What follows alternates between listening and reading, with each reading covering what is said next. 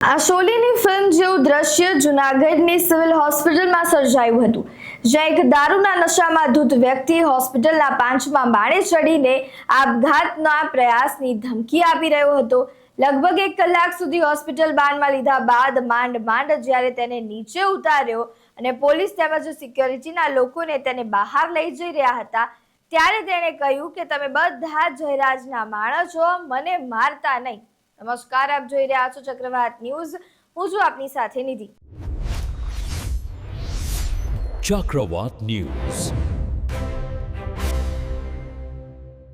બુધવારે મોડી રાત્રે જૂનાગઢની સિવિલ હોસ્પિટલમાં એક યુવક નશામાં ધૂત 5મા માળે ચડી ગયો અને આપઘાત કરવાની ધમકી આપવા લાગ્યો। આ દ્રશ્ય જોઈને હોસ્પિટલમાં હાજર તમામના જીવ તાળવે ચોંટી ગયા। ઘટનાની જાણ થતાં જ સિવિલ હોસ્પિટલમાં સિક્યોરિટી ગાર્ડ, હોમગાર્ડના જવાનો અને ત્યાં તૈનાત પોલીસ સ્ટાફ તાત્કાલિક 5મા માળે દોડી ગયા હતા। સુરક્ષા જવાનોને ભારે સતર્કતા અને ધીરજ સાથે તેને નીચે ઉતાર્યો।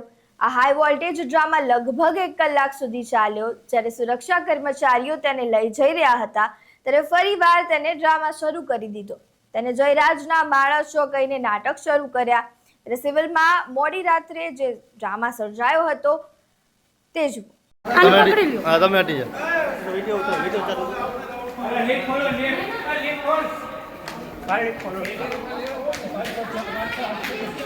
બાકી બધા પાછા મને મારતા નહીં નીચે મારતા નહીં નીચે હાલ તું।